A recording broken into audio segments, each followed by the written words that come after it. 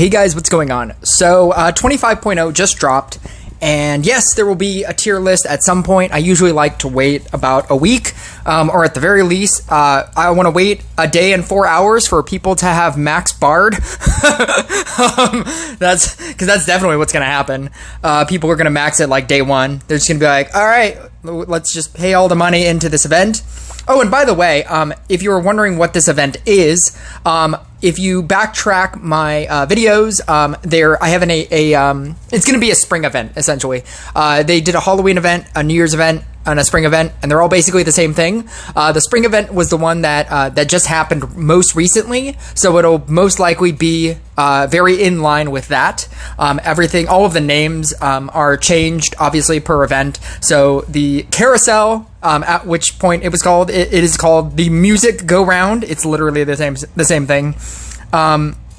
3 types of collectible cards. If you just backtrack my video for the spring event, it's literally just going to be that. And so, yeah, as soon as that event drops and people max out Bard, I'm going to wait about like a week after that, maybe a week and a half, to see where it's matching up with everything, and then that's when I'll start thinking up my 25.0 tier list. And that's not what I want to talk about. Bard is amazing, as you would expect, being an event unit. Fortuna being a legendary hero, my thought is that it's going to go into Royal Trials, because Royal Trials is the only thing to not have a event hero. Obviously, in Mirror Match you have Zeus, and then Rush for Glory you have Necromancer. It would only make sense if they added Fortuna to Royal Trials. My thought, and I think that this is a good thought, they probably won't do this, but I feel like Robot, as good as it is, I don't think Robot is a legendary, or is an event-worthy legendary hero. Even if I were to be suggesting a toxic card, obviously I would suggest Sea Dog in Rush for Glory. So you just get, if you want to build a toxic deck, just get Sea Dog. It's much better. So I feel like if they added Fortuna to Royal Trials, I feel like having 4 things for you to farm is a little bit excessive. And if they made Robot, if they quote unquote retired Robot and made it a regular legendary that you can get in a chest, and then theoretically you could get in the workshop in the Magical Trader, in not the Magical Trader, in the Magic Lab, in not the Magic Lab, in the Laboratory of Experiments, if they made it to where you could get it in the Laboratory of Experiments, I feel like that would be good. I think that it would give people that have had it forever, because Robot was the first event unit when they started doing events and they started Royal Trials. It is the oldest event unit. I think it's fallen off a lot. I mean, I know that people still use it, but I'm just saying, like, if they cycled in new units and retire old ones, I think that would be a very good free-to-play thing to do.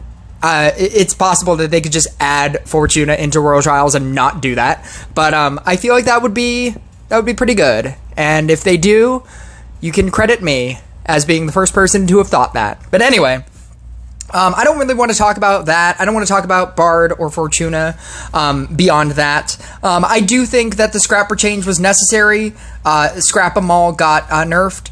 It's now 20% instead of 30%, and then Acrid Waste is now 10% instead of 13%. I think that people are still going to run Scrap-A-Mall promotion and Acrid Waste.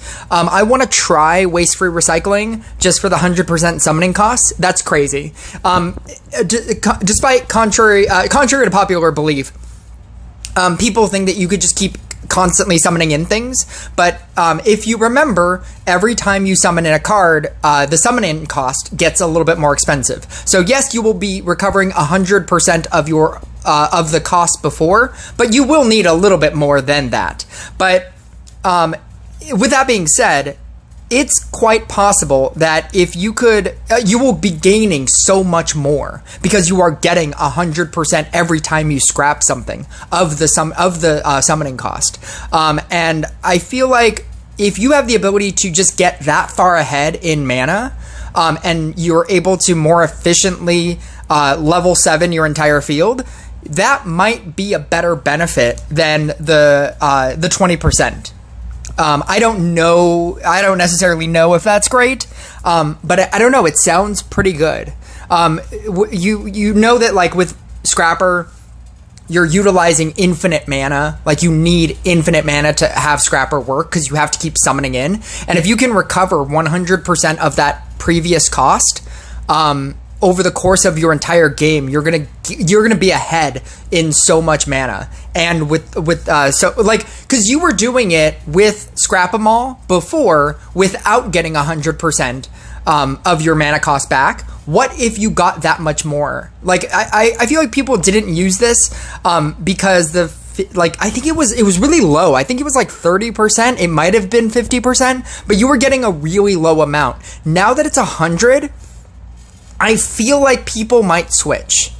I feel like people will be okay with not getting the 20% if they can be that far ahead in upgrades. So I'm going to try it. I'm really excited to try that, but I feel like people are still going to use Acrid Waste despite it being less because you're not using Labor Enthusiast. Like I've said before, Labor Enthusiast is very win more. Like if you were already going to win, that is going to help you win more, and I don't like that kind of mechanic. I think Acrid Waste and getting armor reduction, no matter what it is, just having it is like an incredibly huge benefit. So I think people are still going to use Acrid Waste, and it doesn't matter. I don't really want to talk about the Zeus item. I don't care. The Summoner nerf, I also don't care about. The Wrath of the Ancestors is less now, from 25 or 40% like reduction to 25%. It's something. And the double Tesla change I'm really interested in. Electrolysis is now easier technically, because now whenever you merge next to a Tesla, whether or not it's charged or not, you have a 15% chance of removing negative effects from 2 Teslas. I think the fact that it's 2 Teslas is really important because 15% is a very low percentage. And I played in a co-op game where I had one King Pudding on 1 Tesla, and I think it took me like 5 merges in order to remove it. But being able to remove it is very good because then you're able to use heroes that are not Mermaid. So you could run it with like a gadget. You can run it with a just any other hero, and I think that's gonna severely boost. I think that's gonna severely boost your Tesla game. And then the other one is Megawatt. Charged Tesla's critical damage chance is increased by 2%. Before, that was only on an 8 charged Tesla, and now it is as long as it is supercharged. As long as it has the maximum, they all get 2%, or that unit gets 2%. And I think that's a good change because having to get it to 8 or to 8 charges by being a level 7 and then getting the 2% seemed like an insane feat.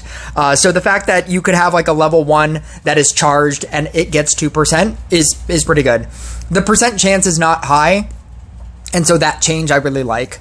I think there were a couple of other changes, but none that I really remember in order to talk about. And that's not even really what this video is. Also, rush quests are a thing now. So this little icon on your opening page, upper left, this is going to be a quest that is going to happen once per day. You can refresh it if you don't like the quest, but for this one, when you accept it, you have the ability. You have to accept it first, and then when you accept it, you have 24 hours to complete it, and it is earn 250 trophies, and you get 3 epics. I like the idea that this encourages me to play PvP more than Contest of Champions. Is that what it's called? Challenge of 7. More than the Challenge of 7, this encourages me to play PvP. I like this mechanic. I like having a specific quest where you know that you will get a worthwhile thing. And being able to get 3 epic fragments for free by just earning 250 trophies, I think that's pretty cool. But that is all. That's all to say that that's most of the 25.0 updates. And the one that I actually want to talk about is going to be the premium, which is not at all confusing with Premium Pass. The premium, this is what the Clan Pass used to be, and I really want to talk about the idea of monthly payments towards this game. If you're a free-to-play person, go ahead and write in the comments, "This game is so pay to win. I will never be a paying customer of this greedy game. This is such a pay to win game, and this is another mechanic of pay to winness." And yeah, if you want to be angry about this, then you can be. I get it. It's fine. But here I am to talk about monthly payments in this game and the arguments for them and the arguments against them. I think that very obviously the Premium Pass is, like, if you were to only pay for one thing in this game per month, it should be the Premium Pass. Not for most of the rewards, not for the legendary chests, not for most of these, not for the rune keys. The reason why you're doing this is for the Page of Secrets. The reason why you are spending $12 a month is for 3 Page of Secrets per month. 3 pages of secrets, that means you get a free upgrade to any unit at any level every 2 months. And that would be 6 a year. You would get 6 free upgrades if you do this for a year. And then if you don't do this, you are only gaining 1 page per month as a free-to-play person. You are only gaining 1 page per month, at which point you are only getting 2 Book of Secrets per year. And that difference is insanity. Being able to upgrade any unit 6 times over the course of a year, if you compound that with how many years you've played this game, and you say you've played this for 2 years, 1 year, 3 years, getting that amount of free upgrades is insanity, especially when you're doing an upgrade on something that is level 12 or above. Level 12 or above, you need 3 copies and 9 crystals, let alone the 60 grand money cost, gold cost. But getting a Book of Secrets to take a level 12 to a level 13 will save you, what is that, 12 legendaries. You are essentially gaining 12 legendaries with a Book of Secrets every 2 months. That's 6 a month. That's 6 extra a month, technically. Along with all of the other legendaries and gold chests that go towards magic dust, that go towards legendaries, and you get that legendary, and then you get the double legendary at the end, and then you're getting everything in between. This is the best thing that you can spend your money on per month as a monthly cost. The other thing are event units. Spending $10 to get a singular event unit every single month. I've talked about this before. If you need, I want to say you need 15, or I think it's 16 event units, or 16. You need 16 copies of a unit in order to max it out. When you start to need the 369, the 3 from 12, 13, and 14, when you start needing 3 copies of a unit, that is when you're going to Book of Secrets these.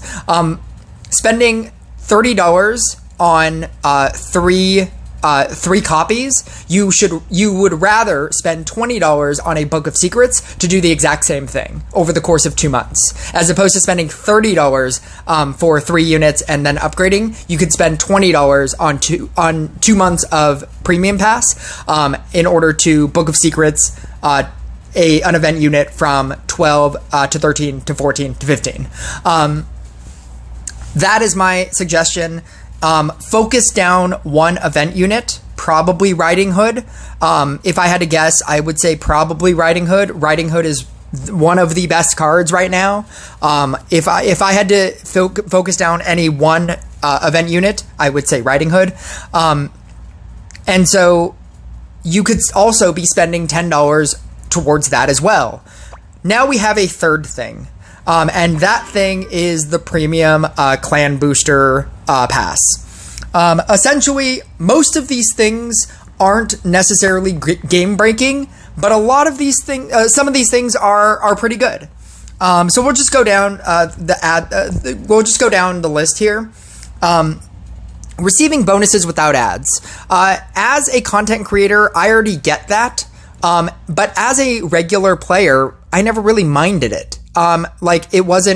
It's a nice bonus that they added to this in order to give that option to people, but that is not a reason why I would specifically spend $12. And make no mistake, you will be spending $12 for 30 days as opposed to spending the $6 for 10 days, because you want the bonus for the entire month. There's no reason to spend, because there's no reason to have it just for 10 days if you were going to need it for 30 days anyway.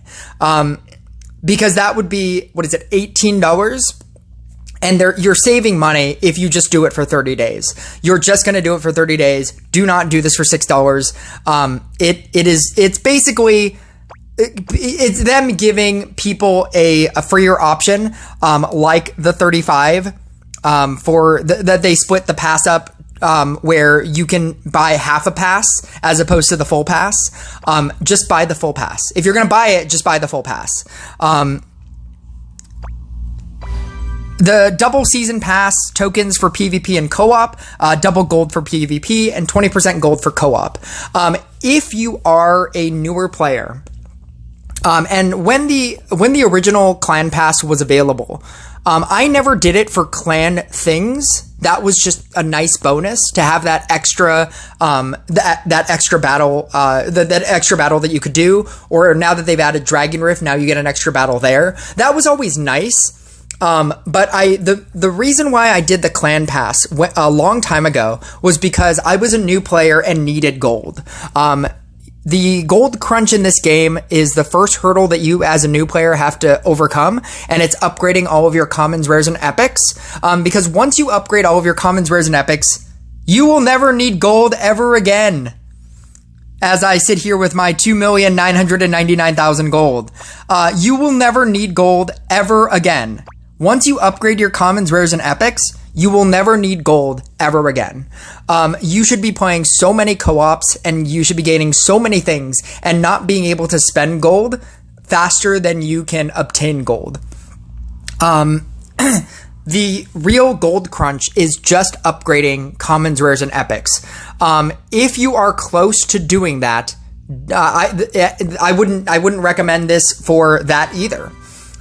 Getting extra gold, getting extra double season pass tokens. I've never really felt like I couldn't complete the season pass, so this would also just be an extra thing. One of the biggest benefits to getting this, though, 3 times every day, you do not lose ranking when you are defeated in PvP. That is huge.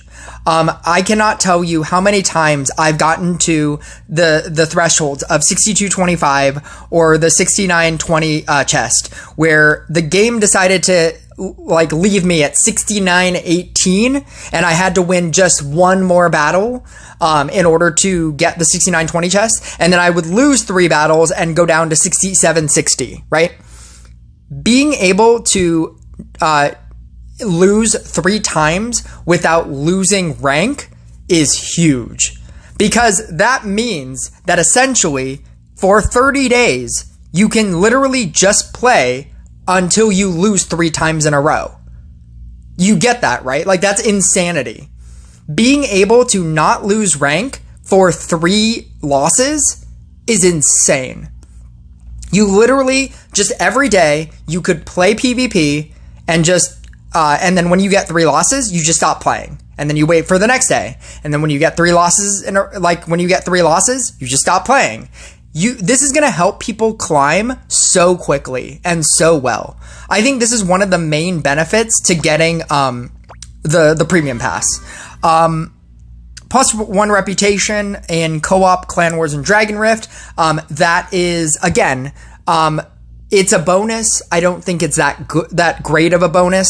Clan Wars, I could see, if your clan has, if your clan is very good in tournament and you find yourself winning a lot, I feel like the extra battle is going to help your clan out a lot. But I know that a lot of people that are in clans don't even like playing clan tournament. And so this is probably not even going to affect you. Access to the premium frame and emote. So this premium frame and emote is cool, but you do only have it for the amount of time that you have it, or that you have the pass active for. I think is it this one? I don't know. I don't even know what it is. But you only get it for the 30 days. Actually, it should say, there we go. Available with the active premium. So I have it for 17 hours. So I have this emote, or that, I have that border, and then it's the Tesla emote, which is probably at the end, which is this one. So that's kind of cool. Like, you just get an access to a free emote. That's not, again, not a reason why I would spend $12 for this. Twice the speed of replenishing tokens in the storage. That is actually pretty good. I believe it's 1 hour for 20, for plus 20, in your tokens.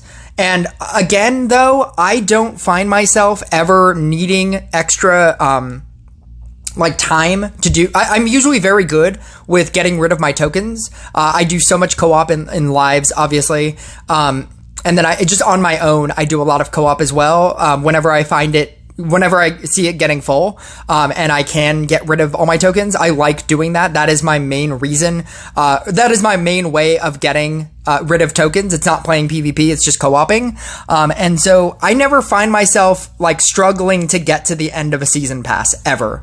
I usually finish it with maybe 10 days. I can usually finish the season pass without even really trying.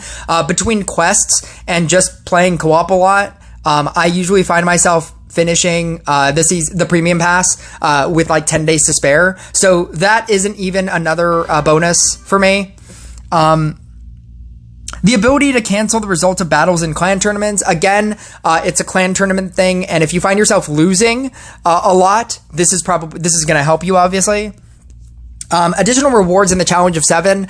I don't like PvP, so PvP is not a thing. And so whenever Challenge of 7 actually comes up, to where I can participate in it, I never activate it because I don't care. If you are a PvP fiend, and again, the 3 times every day you don't lose ranking, I feel like this could make you a PvP person, and that will help that. And then you'll get a little bit more rewards from the Challenge of 7. 3 free updates in the daily offers in the store. This one is actually pretty huge. So we all know that in daily offers, you have a very low chance of getting a legendary. Being able to get 4 more every day, along with all of the ones that you would get anyway. I think it's 3 or 4. If you got 7 or 8 refreshes every single day, that starts to compile over the course of 30 days. You are gaining so many more chances of getting a potential legendary. I feel like this is actually one of the bigger benefits to doing this. It feels like a small benefit because you don't get the chance is so low that you don't normally get legendaries, but being able to add that many more chances, I think that's very strong. So I think that is one of the reasons to get this. Increase the maximum of tickets replenished daily in the Rush for Glory Mirror Match and Royal Trials event by 1. I think that is also very strong. I've never struggled to get to the top of an event unless I'm dying a lot, unless I'm losing a lot of games. I think I spend maybe 200 gems per event, and I can usually get to the top by just winning and refreshing and just being on it all the time. Right now I have I even have a refresh here. And then in 4 hours, I'll have another ticket. I'm already at 14 of 5,000, and this is like the first day with like the first couple of battles. But I mean, if you find yourself not being able to finish any of the events, I could see how this pass could also help you with that. 20% more unit cards in the clan tournament. That obviously doesn't matter for me. But again, if you are using this because you don't have all of your commons, rares, and epics at max, that is also going to help you, because every time you win a tournament and you get cards, you're getting 20% more cards. So that's pretty good for you. Twice as many clan ranking points when claiming victory in the events. Rush for Glory, Mirror Match, and Royal Trials. That is huge. And then an additional Rush Quest reroll. And the Rush Quest, again, is this. You just get an extra reroll. I don't think that they could come out with like overly difficult quests, like win with Archer in your deck. I don't know. Win with Archer DPS. I don't know. Win with Poisoner in your. Win with an all common deck. I don't know like how difficult quests can be, but having an extra refresh, I suppose, is a thing. All of this to say, I think that this is just yet another monthly thing that you can now think about having. But I think that for most people, even just spending $12 for the premium pass on a mobile phone game seems like a lot. Then if you added that with $12 for an event, let alone like all of the events, like if you were spending $10 to get Genie here, $10 to get Tesla here, $10 to get Riding Hood here, that's another $30 plus the premium pass. You're now at $40. And now if you're doing this, you're at like $50, like $60 after tax. Like this is, I think it's good. I think it's good. You know what's funny is a part of me, when they were saying that they were going to come out with a better version of Clan Booster, I thought that they were going to add all of these effects to the regular premium pass. They were just going to be like premium pass plus, right? But I'm now saying that, and now like it coming out and them doing it the way that they're doing it, I think I actually like this a lot more. Because what if they did add it to the premium pass, but then they just made the premium pass a $20 thing that you had to buy in order to get these premium benefits and then those premium benefits? Or you could spend $10 or like $10 for a 35 pass and 10 days of this. I think that would be a terrible way to do that, because it would force you to spend $20 every month, and they could have done that. They could have added all of this to the premium pass and just said $20 a month or else you don't get anything. And they could have done that. Like they honestly could have. And the fact that they split it up, I want to give them credit for that. And I know that a lot of people will look at this and be like, oh, it's just another way for them to make money. And it's like, yeah, it's a free game. You can play this the free way, or you can, if you have the money to spend on this game, and, you know, like this is not a, you know, bankrupting, you know, portion of your money, then you can get extra benefits. And I think that's good. I think it's good that if you want to support the game and support the developers, then you can, and you can get things that are better. A lot of people look at the event units as being that this game is pay to win, but even if you get the premium pass, that's essentially pay to win. Because like I said, the best thing that you are getting from a premium pass is being able to upgrade a unit 6 times over the course of a year, as opposed to 2 times over the course of a year, and getting all the extra legendaries and getting all the extra chests. Like this is as much a pay to win mechanic as an event legendary. So if you want to complain about this game and say, oh, all the event units are just pay to win, but I buy the premium pass, you are also pay to win. Pay to win means you pay money into this game. That is, like, you cannot say that you are free to play and I just buy the premium pass. Free and buy are never in the same sentence. You cannot say I'm free to play, but I buy this. So I feel like the idea of this game being pay to win is it's something. I think people use it just as another reason to hate this game. Just to complain about this game. I think that the fact that you can play this game free to play is good. And if you start getting really serious about this game, in anything that you do that you are seriously into, you usually pay into that game, right? Like if you want to play, football with your friends, right? You can borrow a football that your friends have, right? But if you want to be like a football player in like the NFL, you should start buying your own stuff, right? Like, I feel like that's just the thing. Like, if you want to play something casually, you can, but if you start to get serious about it, and if you really like it, you should be okay with paying money into the thing that you like, because it brings you joy. And that's kind of how I feel about this. The fact that there are like so many monthly things to pay for now, between the premium clan booster and the premium pass and all the events, I feel like it's getting to the point like with streaming, like when you have like all of the different streaming services, when you have like Netflix and Disney Plus and HBO Max and Paramount Plus and Apple TV and Amazon Prime. Like when you have all of these different streaming services, yeah, you can complain, like all of the streaming services are so expensive, like they should be all cheaper. You can complain about that, or you can just subscribe to less things. You don't need to have everything, but if you want to have everything, it's gonna cost money. And that's kind of how I feel about this. If I were to suggest something to you, I think I would only suggest the premium pass if you don't have all of your commons, rares, and epics maxed.